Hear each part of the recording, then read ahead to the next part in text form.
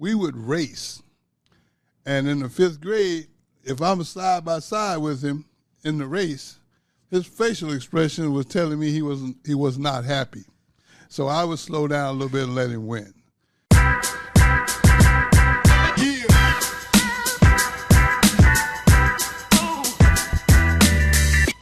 Welcome to the Look Like Somebody podcast. I'm your host, Ricky C. Simmons. You know, I always look for guests that are going to be a little humorous and sometimes educational to the point to where it'll make you laugh. I love the laughing part. You know, educating is a big deal too. But today, I got a guest that I know quite well. Actually, I know him real well. He happens to be my son. Coach T. Bull is what I call him, Tyler Bullock. Welcome to the show, man. I appreciate it. Thanks for having me. Yeah, well, you know, look, man, I decided on the way up here, I was thinking about some of the things we're going to talk about. And first thing I want to get out there to everybody. You know I was letting you win when you was in the 5th grade, right? Yeah, you keep saying that. And I have an inkling to believe you, but at the same time, you know, my competitive spirit not going to let me do it. Hey, let me explain to y'all right quick before we even get into the interview. See, this young man in the 5th grade, so competitive that, and should I say, a poor loser. We would race. And in the 5th grade, if I'm side by side with him in the race, his facial expression was telling me he was not happy. So I would slow down a little bit and let him win. But in his eyes, he was always beating me since he was in 5th grade. Not true. Now, let's be honest. Now, it got to a point to where I didn't have to let him win. We got there, and we got there rather quickly. But no, T, I just want everyone to know from your point of view, growing up, man, it's well documented about my past. So I wasn't around a lot of your stuff. I was kind of in and out because of my poor decision making. But the one thing I got to give you credit for right off the bat was you never held that against me. And I just want to say thank you publicly for that, because I gave you every reason not to. I gave you every reason not to want to have me in your life. But, man, you always looked over my faults, man, and that means the world to me. I just want to say that publicly, and I wanted you to know it. We've said this before, but I've always been private with it, you know. But I just want to let you know that, man, I appreciate the fact that you never turned your back on me. That means a lot. Well, for sure. I can remember countless times growing up, you told me that you didn't own a gavel. And so turns out neither do I, meaning, you know, I don't judge anybody. We all have our faults, and it's about how you respond from those and bounce back. What you've done, great things, tremendous job, and I'm more proud of you than you are of me. Well, I would challenge that. I'll say it like this. Let's go back to high school. Now, you participated in basketball, football, and track. A lot of people never knew that you were my son because our last names didn't match. Right. So I can remember vividly on senior night, I had the pleasure of coming back from Texas to walk on the field with you. Right. And they introduced, I remember this vividly, they introduced us, and they said Tyler Bullock being escorted by his father, former Husker, Ricky Simmons. And that's when everybody kind of made the connections. But I'm still got a little bit of a bone to pick with you, what you told that news reporter. Do you remember what you told that news reporter? Man. I can tell you, if you can't remember, just say you don't remember. I know it word for word. I'll never forget it. Humbly, I had a few interviews back then, so I don't know that we're talking about the same thing, so I can't wait to hear how this story goes. Okay, all right, let me tell it. I remember when they figured out that you were my son, a lot of reporters came up to you and asked, hey, your dad played on some really good Nebraska football teams. You're really highly recruited. If Nebraska offers you, do you think if you went to Nebraska, you could outdo what your father did? I don't know if he remembered this, y'all, Oh, man, I can only imagine. Listen to this answer he gave him. With a straight face, by the way. He looked at the reporter, and then he looked at me, and he said, man, I don't really even like football. I was just playing it because if my dad played, I just want to show him if he could do it, anybody could do it. I remember that. And I looked at him like, boy, ain't this something? But no, it was really, at the time it caught me off guard, but I think your follow-up statement was, I'm a basketball player. And you went out and you did your thing on the basketball court. But I will say this, one thing about you, this competitiveness, I admire it because everybody that knows you, that comes up in my presence, they're real quick to tell me how competitive you are. Yeah. Why is that? Well, in sports, that's kind of the goal. Correct. Right? And so I take pleasure in letting people know that no matter what you do, there's the outcome's kind of inevitable. Excuse me. Okay. And so, and I think a lot of hard work goes into that, and something I've always prided myself on is not being outworked. And so, when you talk about winning and losing and competing and all the things that go into it, it's more about that part, the process of the preparation. Gotcha. And so that's kind of where I've kind of hung my hat on in my coaching days and even so in my playing days as well. But just the competition, man, and having the same goal as somebody else and knowing that there's only one person or one team that can come out with the outcome they're looking for, just doing everything you can in your nature to make sure it's your team. Well, I will say this. This started really early on for you because I got another story for y'all. And you remember this one too. You might not want to admit it, but you remember it when I say it. I think you were in the 5th grade, I want to say, and you were playing midget football. And they ran a play that I guess it was like a pitch to the left or something. And you saw all the guys out there on defense, so you reverse field. And then you still got about 60 yards to go after you got done reversing field. But when you got to the 50-yard line, and y'all listen to this. He gets to the 50-yard line. He throws one finger in the air, and still running. He got 50 yards to go now. And, yeah, he scored. I'll give him that.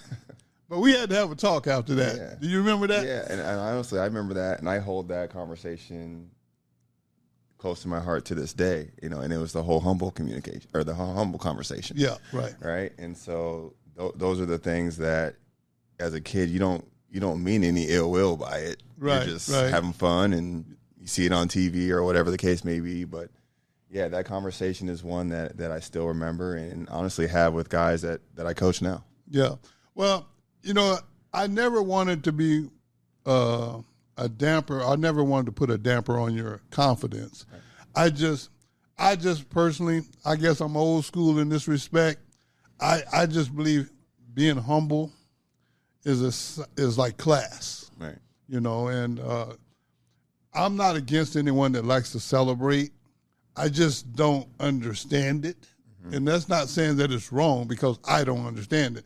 But it just looks to me like, for example, I've noticed some guys, and this is no knock against anyone in particular, but I've noticed young athletes, like say in football, in the first quarter, first down, a ball is overthrown to the receiver, and the defensive guy celebrates for almost time to line up and do the second down. Right. I'm not saying that's wrong. I didn't come from that. Right. And and we'll get into this with you, but I want to know, like, you had a lot of success in high school. Let's run through that part right quick. In football, you tell it. What was your football, basketball, and track stats? Put me on the spot here. Yeah, best you can remember. Accolades were never that important to me as far as individual go. I've always wanted to just win, and anybody that has played with me or even against me that tells you different is just misinformed. Right. I'd rather score 0 and win than 25 and lose. Football for me, again, was a kind of a sport I was just kind of playing to show you. Right. That is true. But I believe I was second team All-State and, held a number of school records that some still stand to this day, which it's crazy to think that was over 20 years ago. Yeah. But that was pretty much football. Basketball led the state in scoring my senior year. Few school records with that as well. I was first team Super State, first team All-State, all that stuff. And then in track, the one that probably stings the most was runner-up my senior year in the 100-meter dash. For a number of reasons. One, just losing in general, right? We just talked about it. Like, anytime you don't win, there's a little bit of a salty feeling about that. But just the time, it's kind of like golf. I play a lot of golf now, and track's kind of one of those sports where it's kind of you versus you. There's no defense. Right. He couldn't stick a foot into my lane and trip me or guard me. I just didn't perform that day in that particular moment. So I walked away with a silver medal that my track coach was still not very happy with me for not collecting. Kind of left it at the booth. I'm not sure whatever ended up happening to that medal. But, just about competition, and playing all the different sports. I think that's a lost art in the youth today. I think everybody wants to specialize in a single sport, which is nothing wrong with that, but you kind of overuse the same muscle groups. So that was one of my things. I just wanted to be as versatile as I could. And that being said, if I'm going to do spring conditioning, winter conditioning, what would be off season for a sport, I might as well compete, right? I might as well get out there and try to win some things and get after it and really push myself to new limits. Well, after high school, you got a full ride. Tell us about that experience. Yeah, well, funny story about that, and my mom tells me this story, and I don't remember, but she'll claim pre-teen, so let's just say 10 to 12 years old, I told her that if I had to go to college, I was going to go to college, but there's no way in heck I'm going to pay to go to school. Hey, he is tight now. I'll give him that. He is financially tight. And more so just out of respect for everything that my mom did and helped me with my upbringing and stuff. I felt like I, in a sense, owed that to her. So, long story short, played my summer year AAU basketball with Bison and picked up a few offers and ended up deciding to go to Denver University. And I had to completely change everything about how I played, how I was effective. The physicality was a whole new ball game, the size of the players. I went from, driving into the lane and it being a 6'3", 6'4" post to now the Lopez twins down there waiting for me. And I'm just, it was an eye opener, and but it was an experience that I wouldn't trade for the world. Didn't have the best freshman year, but a lot of people I still talk to this day, and the competition of it, man, just playing in my first game was at Colorado. Like to be in that arena and just to hear the fans, and you see the broadcast team and stuff you just kind of see on TV all those years growing up as a kid. To be able to do that was an experience that I don't take for granted. Especially when you say Colorado, you had to guard a guy. Yeah, Richard Roby, man.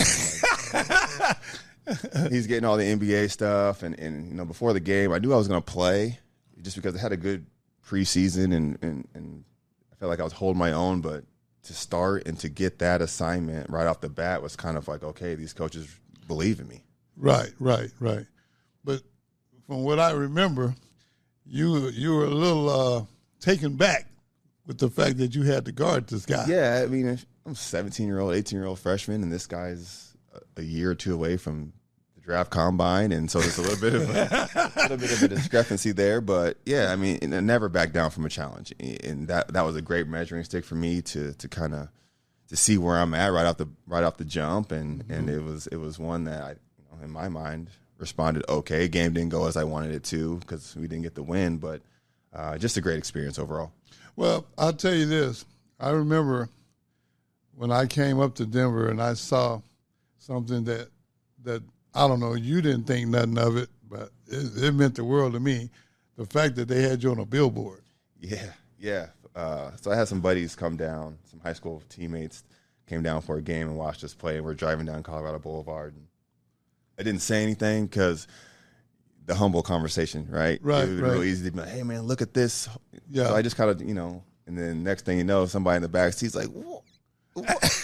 Like, oh, yeah, by the way, I have a billboard out there. They're kind of using my what they now call name, image, and likeness. Right. And so that was cool. Again, didn't mean a whole lot to me because it's just right. an advertisement and doesn't amount to wins. But it was cool, especially as a freshman and heading into my sophomore year. Yeah. Well, now I know that after you're in the middle of your sophomore year, you made a change. Yeah, my sophomore year, about 7 games in, we had a new coaching regimen there at DU, and my grandfather was starting to kind of lose his health a little bit, and we all know how family can be, and right. you know better than most what that means when you have to be there for your family. And, right. I had to make a difficult decision, and I was able to transfer back home to Omaha. I'm originally from Lincoln, and finish up at Nebraska Omaha and be a little closer to them. I admire that too, man, because as I'm not telling you anything new, but a big reason why I missed a lot of your junior and senior year of high school was because I was doing just that, taking care of my parents back in Texas, so I can relate. Now, when you got to UNO, man, you didn't slow down. Well, no, I had time to make up for, right? Gotcha. And a lot of people, not that the outside world is important, but you hear the talk and you hear, oh, he couldn't do this and he couldn't do that, and this is why, when they have no idea why. Had they asked me, I'd have been more than happy to tell them. Yeah, well, they ain't going to ask. They're not going to ask because that doesn't fit the narrative. Right, correct. And so, but no, I had a great situation. I had a lot of guys that I had played with and against throughout high school and summer ball, so there was a familiarity there. I had a great point guard in Andrew Bridger that basically made my job pretty easy, right? And so that's always appealing. And yeah, it was a good 2 years. We were able to win the league my first year playing, and then head on to the national tournament, which is always the goal, no matter what level you are. Correct. And just want to compete, man. And those guys really set me up in a good position. Well, I'm gonna say this: I appreciate your humility first. That's very important, and I never want you to forget that. But also, I just want to point out the fact that you were one of the first, if not the first, or the quickest to get to 1,000 points. Yeah. I was the fastest player in program history. I think it was 52 or 53 games or so to score 1,000. And that was kind of one of my goals, not necessarily at UNO, but just growing up, you always hear about 1,000-point scores. Right. Right.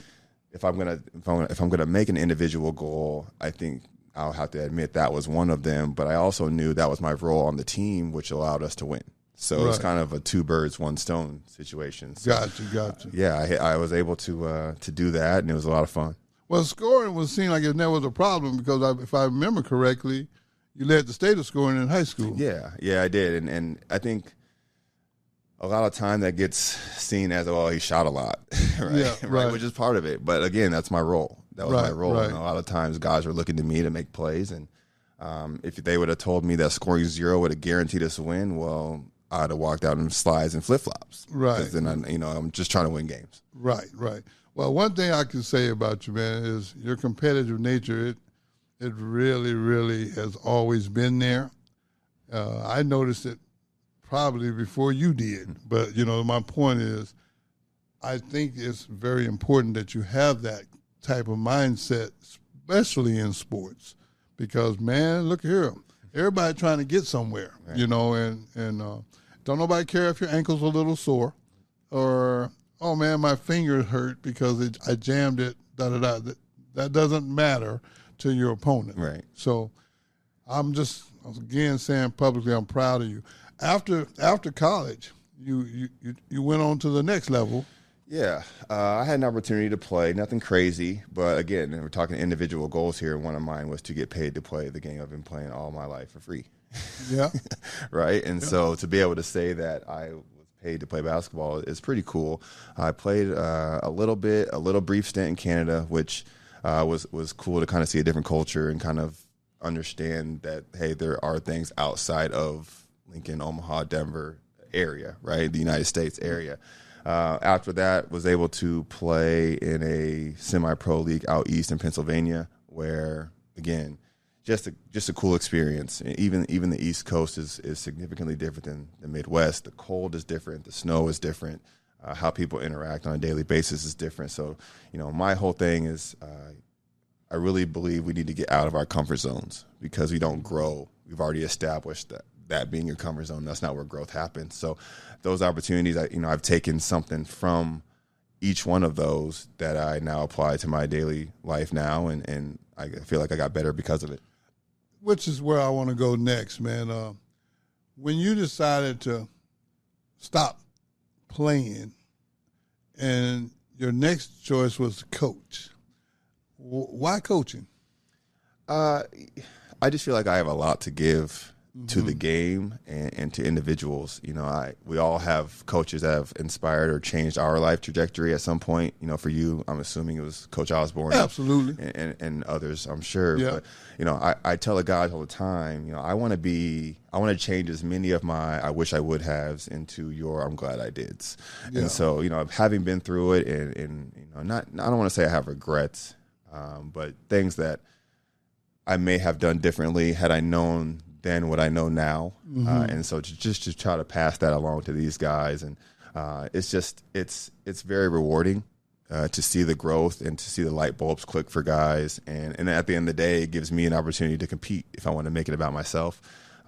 Physically, it's not the same as it once was, but mentally just as sharp. Well, I'm sitting there thinking your coaching career has taken you from where to where?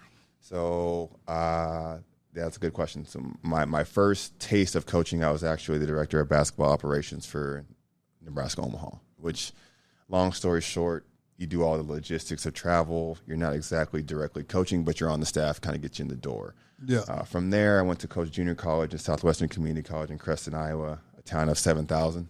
A big city. Which for me was, again, talk about being out of your comfort zone, was a little different, but had a Walmart and Casey's on every corner, so I could survive there.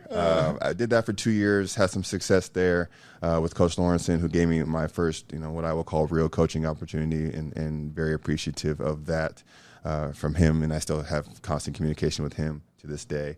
And then I was able to return to UNO and be a full-time assistant for 4 seasons, and so that was kind of my first taste of like, all right, do I want to do this? Is this something that I see myself doing? And from the first game, I believe it was Northern Illinois at Ralston Arena, it was a no-brainer for me. So once the bug bit you, yeah, it had you. It was a wrap after that. Yeah. Well, let me say this. Now, you've always coached men. Yeah. And then you switched over to the women's. Yeah. Completely random, out of left field, so to speak. Don't know really to this day how it happened. I just think, the world of sports, we're all kind of connected one way or another. UNO ran its course. I was kind of trying to figure out what I was doing. I got a phone call from an out-of-state number, and it turned out to be the athletic director at Nebraska Wesleyan Division III in Lincoln. And they had a women's head coaching position open. I interviewed for it, went through the process, and ended up getting it. And I knew it would be different. Yeah. I wasn't really sure how much different, and boy, was I right. It was different. It was different. And I don't say that in a negative way. It was just different. I just hadn't done it before. I didn't know exactly what I was getting myself into, but I tell people all the time, those 2 seasons, wins and losses didn't work out well for us, but it made me better. I am better because I coach women at Wesleyan, and some of those relationships that were formed, whether it be with players or administration, it allowed me to then carry that over into where I am now at Kirkwood, and it allowed some success to happen. Well, speaking of Kirkwood, before we get into that part, I want to tell you this. When I came up there, I wanted to know a couple of things that I did find out. Like, I wanted to know where you were living. Yep. I wanted to know where the school was. And I also wanted to know if they had a Little Caesars pizza. Now, if y'all are wondering why I wanted to know if they had a Little Caesars pizza, let me share another story with y'all. My son is the type of guy that will starve himself. I don't know what that is about, but he doesn't like to spend money. So I know if they had a Little Caesars, there's a great opportunity that he would at least spend $5 on a pizza. $5 can't go wrong. Can't go wrong. Been doing me well for years now. No point to switch it up. You know, the funniest thing though is, once I got up there and saw your setup and got a chance to kind of tour the city a little bit, I was really impressed, and I still am impressed with Cedar Rapids. It's a very welcoming place in my mind. I had a great experience there. Now, I want you to share this story. And if you don't remember, I do. So before I ask this question, if you don't say it right, I'm going to say it over. All right. When you first got introduced as the assistant head coach at Kirkwood, if I remember correctly, the head coach left you in the room with the team? Yeah, so before I actually took the job, Coach Sandquist brought me up, kind of showed me around, basically kind of treated me like a recruit, right? Showing me the campus and kind of how they do things, what goes into everything. And he wanted me to meet with the returners because the incoming freshmen, they don't know what they don't know, right? But the sophomores had an idea. They had a little bit of a bad taste in their mouth from the season before. And so, I was like, yeah, no problem. I'll talk to them. So I'm sitting there. It's kind of, I don't want to say awkward, but the tension's a little something in the air, right? And so I just kind of look around and I was like, hey, my name is, and I just want to let you guys know before we say anything in this conversation, I could see everybody wondering it, and the answer is no. Not a single person in here can guard me. Not a single one. And we all laughed, and it kind of set the tone for the rest of that conversation, but little did they know, and then I eventually had to show them a little bit that it's funny, but it's not a joke. I was joking. It sounded like a joke, but I wasn't joking. Yeah, exactly right. And that just kind of gave them a very small insight to the competitiveness, and it's never meant to be detrimental, if anything, motivational. Right. Well, it's a great icebreaker, because a lot of times when you meet new people, you don't know who you're going to meet. Right. You don't know what their personality type is. So, I thought it was funny. Yeah. Because the fact that you walked in as a new coach saying, can't nobody in this room guard me, dude, that's confidence right there, because these kids are coming out of high school, or they, like you said, they're in the second year of college, and they got a little confidence thing going too. Right. And I remember, and I'm sure you do as well, coaches will say that to me all the time, like, you can't, all right. And just like then, let's play. It's a real easy way to figure out who's right and who's wrong. Yeah, we can figure this out. This is not rocket science. Right, yeah. But I will say this though, man. Now you're going into your second year, but as a first year coach, what type of season did y'all have? Well, I see the T-shirt, but I want to know. I want to know more. Yeah, very fortunate to walk into a really good situation. The people at Kirkwood are tremendous, and I think that gets taken for granted at times. Mm-hmm. And I know even in my younger days, it was just all about what's next. And there's still a little bit of that's true today, but just being surrounded by people who want to see you succeed, they are invested in the institution, and they give you the resources that are needed. And our athletic director, Coach Rima, is unbelievable, and the support that he gives, and there's just overall being there and wanting to see you win is second to none. As far as our season goes, we finished the year 33-3. Two of those losses still sting a little bit. I think there are some things we could have done different schematically that in that situation again, we won't make that mistake again. Yeah. One time we just laid an egg and got outplayed. Okay, it happens. Well, I remember, before you tell us the final results, I remember coming to, and I got a bunch of my friends to come with me. Yeah, we came up to Iowa Western to watch you guys play, and man, y'all nearly.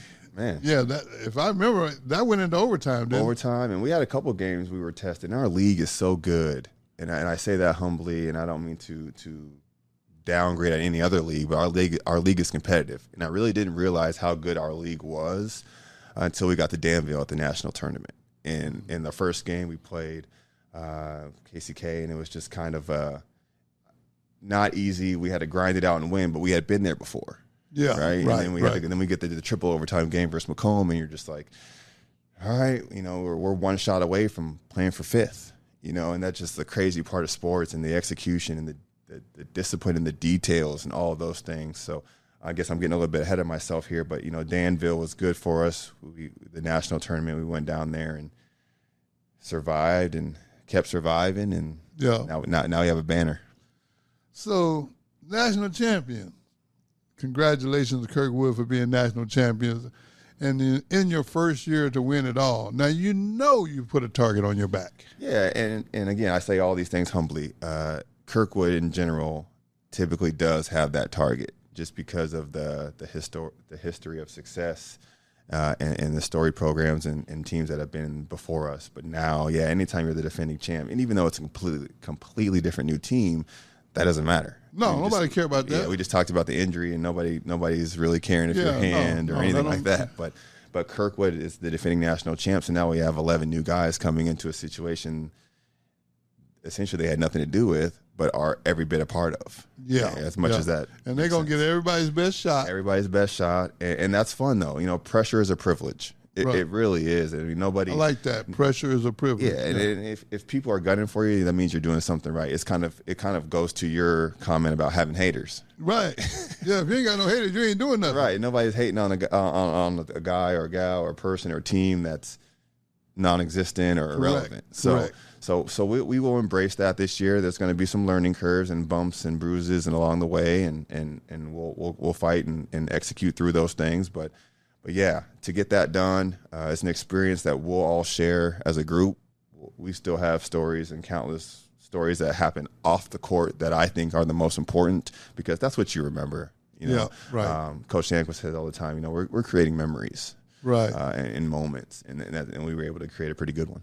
Well, I remember asking you right after the season's over, you guys went to D.C. and got a chance to see some things as a team. I thought that was really cool.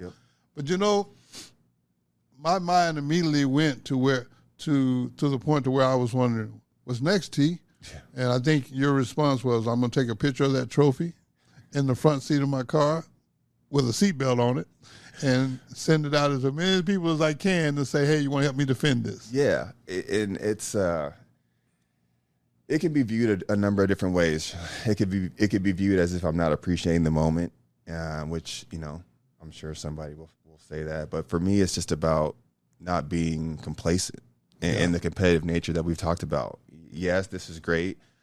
Yes, this was our goal to set out, but now there's a new goal, and we're trying to reload and repeat, and that's hard to do. And to win once is hard enough. To win twice is ridiculous. And as a Lakers fan and a Chiefs fan, I've from afar watching it, it's difficult. Hey, trust me, I done heard enough about them Chiefs, man. If the Cowboys could ever get something done, maybe you'll have something to contribute to that conversation. You know what? I'm gonna say what I say every year. We're gonna win. Cowboys gonna win the Super Bowl this year. But anyway, back to the conversation. Oh, let me tell you a funny story about this Cowboy. I mean, I grew up 30 minutes from Dallas, so that's all I knew growing up was the Cowboys. Well, at home I have a blanket on my bed that says Cowboys. And I was sitting in my office, and you came home one afternoon, and you said, hey, Dad, you want me to take out the trash? I was like, dude, I already took the trash out. He's like, no, I'm talking about that stuff on your bed. I never forgot that either. See, I be remembering stuff you say, man. Keeping receipts, huh? Yeah, I'm keeping them, because when we win, I'm going to remind. Yeah, we'll see if and when.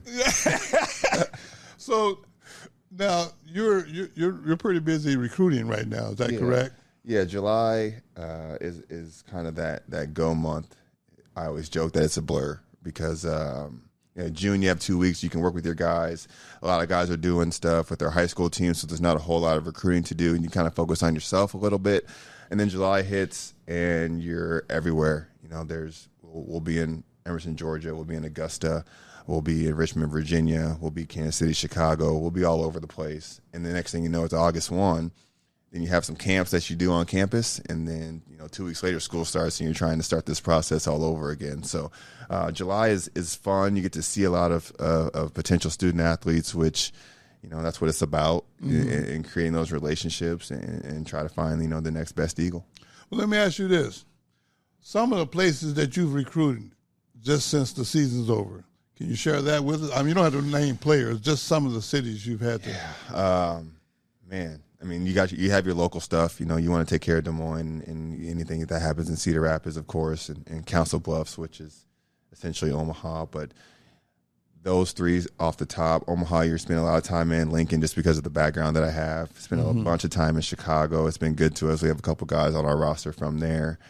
Kansas City has a really nice facility, the home field, which they host multiple events, and so you have 10 courts of games that are kind of going on. Getting to Milwaukee a little bit, Minneapolis, you kind of venture out there, just kind of regionally responsible. It just, for us, that's usually how it works for us. So we kind of stay in those areas, but first things first, we want to make sure we take care of Iowa. Gotcha. Well, you know, the reason why I wanted you to mention that is because a lot of time people don't really understand there's more to coaching than just showing up on game day. Yeah. And I'll be honest, when I first got into it, that was my main focus, the game itself. Anymore now, practicing games are almost like breaks. Yeah. because of everything that goes into it. And, you know, I joke with people all the time. You know, I tell the guys, you know, anytime you want to talk about anything, come on in. And some take full advantage of that, and some not at all. But, you know, 10 people want 10% of your day, which to them isn't much, but for you, that's 100%. Well, now, you know, your typical normal business hours are, you know, occupied by stuff that you didn't necessarily plan on doing. So then you kind of have to go into the wee hours of the night and sometimes into the next morning, and that's just what it takes. You know, I was going to ask you that too, man. I never asked you this, but coaching today's athletes versus when you played. Yeah. What's the biggest difference that you see? There's a little bit of entitlement just because of the notoriety that has been made possible with social media. I think guys come in and feel like they are entitled to X, Y, Z, whether it be playing time or treatment. I think every generation will say this about their generation, but I feel like we were more competitive. There were multiple times where, you know, Matt Starks, who was my roommate in college, we're going at each other to the point where coaches are kind of like side-eyeing us. Like, are these guys okay? And that was everybody, 1 through 15. You know, I'm not running from any smoke. Right. So, you know, and I'm willing to get to that point in practice. So then when we get to games, we're battle tested and they know exactly how I'm about to respond to said situation. I think that's a little bit of a difference, just the competitive nature of it and understanding the importance of the everyday. I think a lot of times we get lost in the destination and forget about the journey, as cliche as that sounds. But it's just a matter of doing the right things every day, and then the end goal, the wins, the losses, the destination, whatever you're trying to get to will kind of take care of itself. You know, I couldn't have said that any better because I really do agree with the concepts of just work ethic. Yeah. Because work ethic doesn't only apply to sports, it applies to life. Right. If you don't put in the work, whether it be off the court or on the court, it doesn't matter. I mean, on your job, in your house, whatever, you must have a work ethic or everything's going to suffer. Yeah. And and I've noticed, and I'm not down in this concept, but I've also witnessed the shift with the NIL coming in, you know, kids coming out of high school having opportunities, to choose NIL over a school, you know, whoever's paying me the most. So what I'm saying is recruiting has to be done taking a hit, especially when you're competing against schools with big NIL budgets. Yeah, it's definitely added an element to it for sure.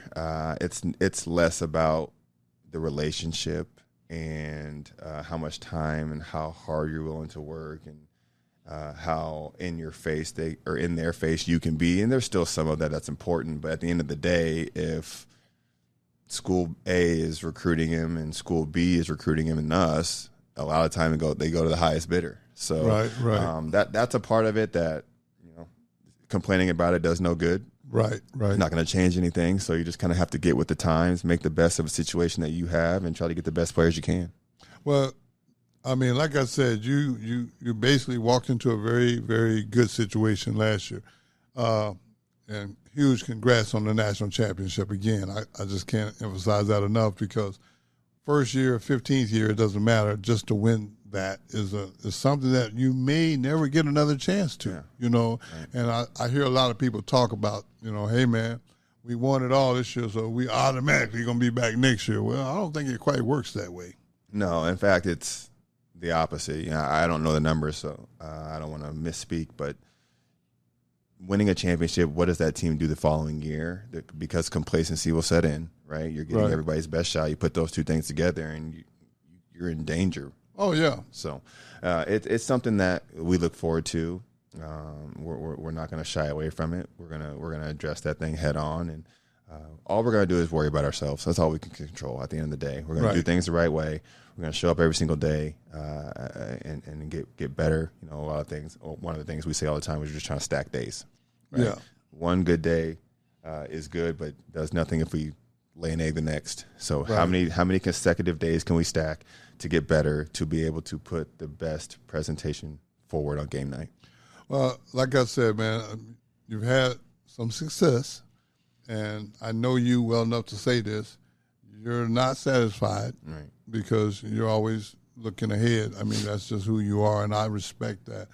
I want to ask you this, though. When you're, let's say, for as a lot of the kids, or I shouldn't call them kids, I'll say young men and women that participate in college sports today, what is one of the biggest changes that you've seen over the years as far as just how the game itself is being played?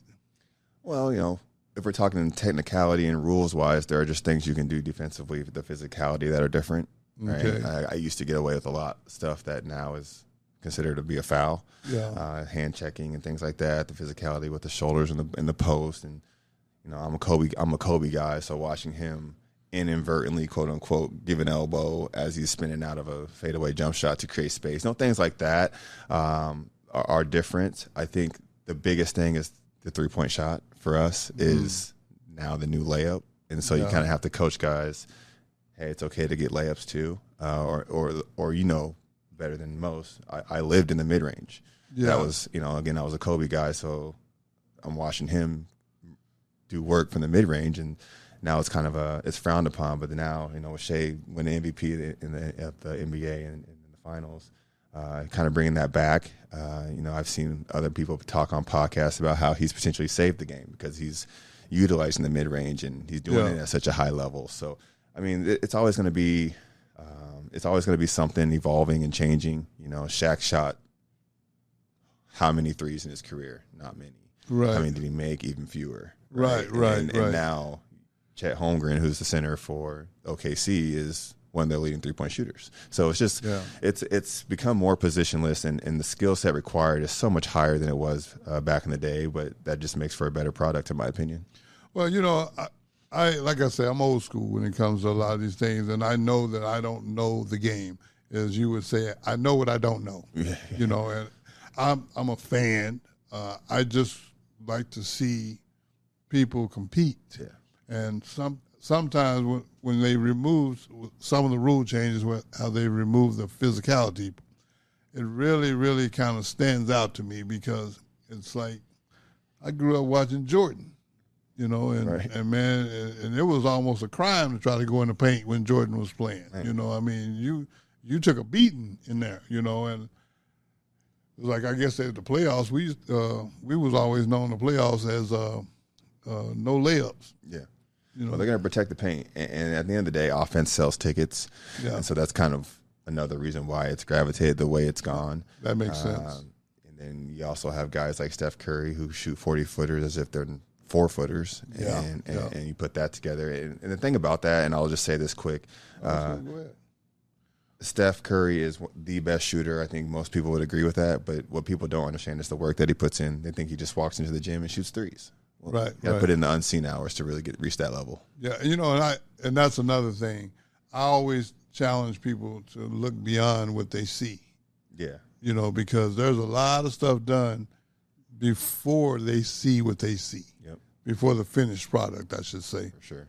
So when do you guys actually get started up with practice? I know there's a certain time frame that y'all can't do anything hands-on. Yeah, October 1st, we'll kind of get going.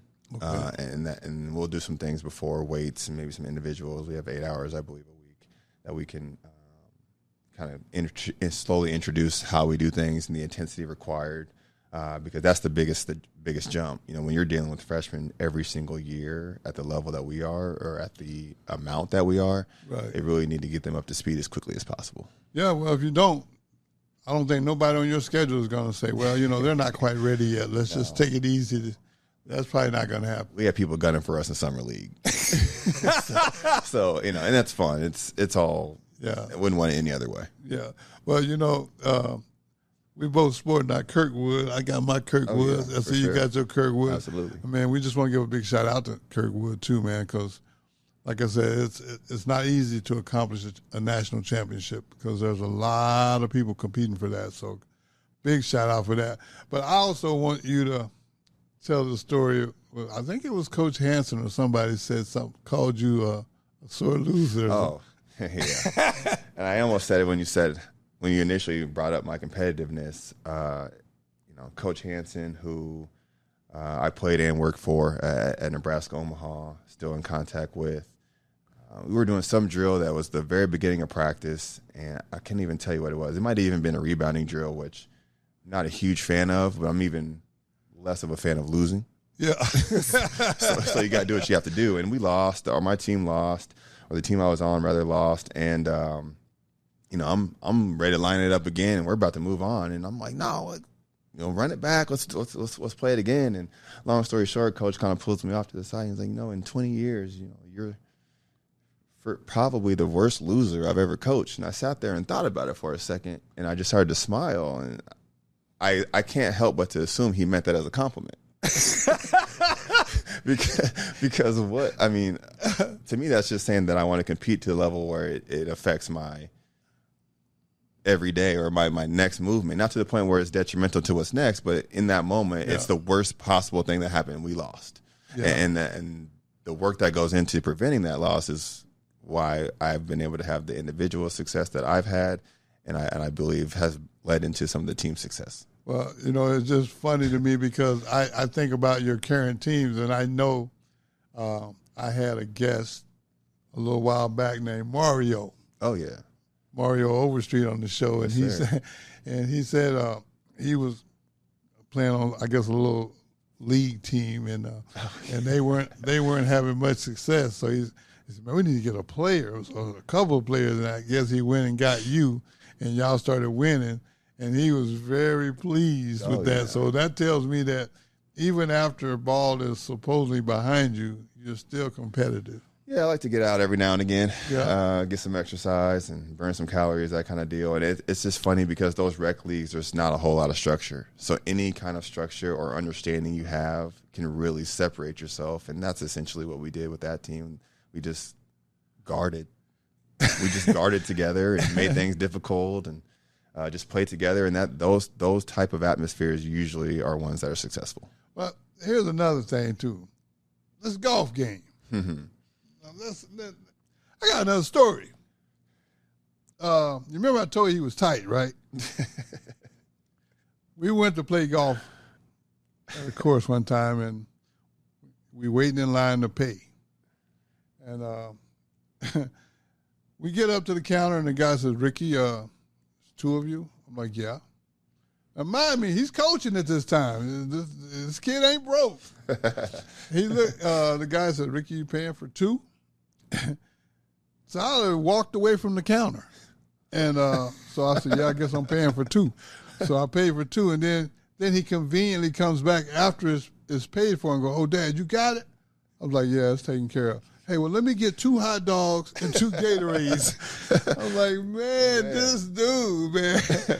That just, you know, it's the father-son agreement, right? Yeah, Every time that we go. I don't complain, but it's just funny to me because it's like, dude, this dude right here has not gave up on saving money. Nope. But you know what? I think that's really actually smart. So I'm complimenting you on the cool. I appreciate it. I think that's important because sometimes when you don't live frugally, it comes back to bite you. And I see that in pro sports, just in life in general. Yep. You know, guys, for example, that play a few years in the league and then you hear a story about them being broke. Right. You know, so Right.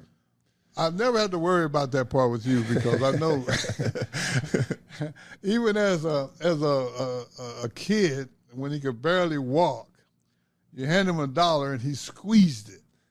So I was like, uh-oh, we might be on to something here. I have a few birthday cards that may still have the money in them. Yeah.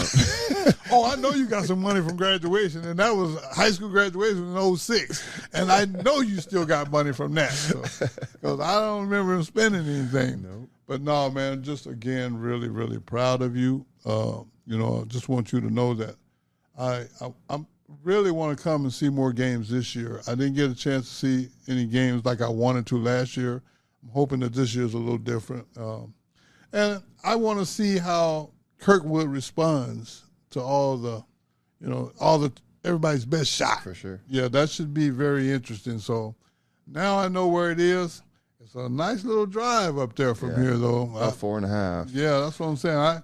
I was driving like, man, am I going to ever get there? But no, it was really, really a great experience for me to come up and see see your guys' facilities, just to look at the town. I mean, that was important. So you say October 1st, you guys get started back? Yeah. We'll get going full swing right around then, and again, we'll be doing things leading up to that point that kind of get us ready. But yeah, we're looking forward to the challenge. It's gonna be fun. Well, I'll put it like this: I'm gonna be watching, even for the games I'm not there. I'm still watching because a lot of your games are streamed. Yeah. So that helps me a lot too. I can sit in the basement and just, check out the game, and then I can go back and look at other things to see what could have been done different. You know, I'm not a coach. I'm not even a basketball player, but just because you're there, I'm going to watch. Yeah. So we appreciate that support for sure. Yeah, well, you got a lot of support from a lot of people. A lot of people may not be technically able to show that they are supporting you, whether it be comment or whatever, but you can believe we watching. Especially all we got to do is hit a link and look. Right. I mean, technology is not everybody's friends, but I understand the value of it, and it really means a lot to me that you guys are having the success that you've had. And I know it's going to be a challenge this year, but I know you guys are up for it. So to me, that's the most important part, that you're up for the challenge, because you don't have any excuses. Everybody already knows. Mm-hmm. So you can say, well, man, I had one guy, he had an injury, and this. Man, don't nobody care about that. Nope. Nobody care about that. So what are some of the things that you think y'all are some of the guys that you think you've been recruiting? Do you think you got a pretty good class coming in? Yeah, you always think, you hope that you can trust your evaluations when you're doing the recruiting process. I think it's hard because sometimes you have guys playing in smaller schools, or they're playing in different roles than you want them to do when they get to you in your place. So if the 2 weeks that we had with them are any indicator of what we're capable of, I think we'll be okay. We'll definitely be different. I'm not saying that we're, the 72-9 Golden State Warriors. I'm not saying that by any means. But I think we have a chance to compete at a high level. I think we have some guys that understand the game of basketball enough to where you don't have to completely reconstruct what they do, and just more so make it fit to what we're trying to accomplish. And that's really all you can ask for. When you bring in these new guys, have you noticed, like, over your coaching career, when you bring in kids, I got to quit calling them kids, young men or young women, is homesick? Is that an issue sometimes, or? Yeah, I mean, it also depends on obviously how far they are. Right. I think Chicago is 3-ish away from us, so it's not too far. We have a lot of guys from Cedar Rapids right there, so they are home. We run into it a little bit, but I think if they're trying to go to a 4-year, which most of our guys are, that's just kind of something they're going to have to deal with and figure out how to get through, because you would hate to limit yourself to possibilities of coaches that may want you to join their program, but it's too far and you're not comfortable with that. Right. And then also it gives you a chance to kind of find yourself and be individuals. If you stay home under, or in the nest, so to speak, you don't really get a chance to to learn about yourself, and whether it's things you like or things you don't like, both are equally beneficial. And so, yeah, you're going to run into that a little bit. But at the end of the day, it's just a matter of making them understand that we are your family away from your family. This is your home away from home, and to find your peace in the process. Well, you know, while you were talking, I just had this other funny story that popped up in my head. I can't remember your exact age, but believe it or not, you was once shorter than me. I know you don't believe that, but I think your head may have came to my waist. Okay. And we were at the stadium. And it was me and a bunch of former players. I think Mike Rozier was there, Irvin Fryer, Rodney Lewis, Russell Gary. There's quite a few of them. Otis Lee, I believe, was there as well. And we were signing autographs. And you were standing right in front of me. Yeah. And these kids were about your age. They was asking for my autograph. And you had the nerve to look at those kids and go, why do y'all want his autograph? He's just my dad. I do remember that. And to be honest, I wish I could say I had the emotional intelligence to be kind of joking around about that. But in my mind, it was that simple. Yeah, I didn't understand why this dude's just my dad. Yeah. But, obviously looking back on it and seeing the teams that you were a part of and what you were able to accomplish, it makes all the sense in the world. But in that moment, it just kind of speaks to the innocence, I guess, of that age. Well, you kept a straight face. And I'm like, I'm trying to hold you and sign. I got my hands around your neck, and I'm signing, and you're just looking around like, I can't believe this. Yeah. So I'll say that in jokingly, man. I know there's no way you could know of my playing days because you weren't born, so I get it. Right. But I will say this, man, again, publicly, I'm very proud of what you're doing. And I want to thank you again publicly for understanding the trials and tribulations that I had to go through. For sure. And never turning your back on me. The last thing I'll say, and then we'll wrap the show up, is this. You said something to me in the 5th grade after I came up to visit for your birthday. And I went back to Texas, and you called and talking to your grandmother, which is my mom, and you asked me to move to Lincoln. And my dad was ear hustling because I was giving you about 30 minutes worth of excuses of why I couldn't. And then I said, oh, T, I'll hit you back, man. I got to go. And you said, all right, call me back, Dad. And then my dad said, who was that on the phone? I said, oh, it's your grandson. He goes, what did he want? I said, oh, he wanted me to move to Lincoln. He said, what'd you tell him? And I was like, he just heard me tell you all these excuses why I couldn't. Right. And he just kept eating. And then right there, when I got done, he goes, you done? And he dropped his fork in the plate. He goes, I was always there for you. And I moved to Lincoln the next day. And when I took a little small apartment, and I picked you up, and I was like, D, it ain't much, but this is where I'm going to stay. And your response, man, I never forgot. You just said, Dad, I love you because you breathe. I never forgot that. So, again, thank you for that. We're going to wrap the show up the same way we do every week. Every day you blessed to see, you got to look like somebody, and you do that for yourself, not no one else. Thank y'all.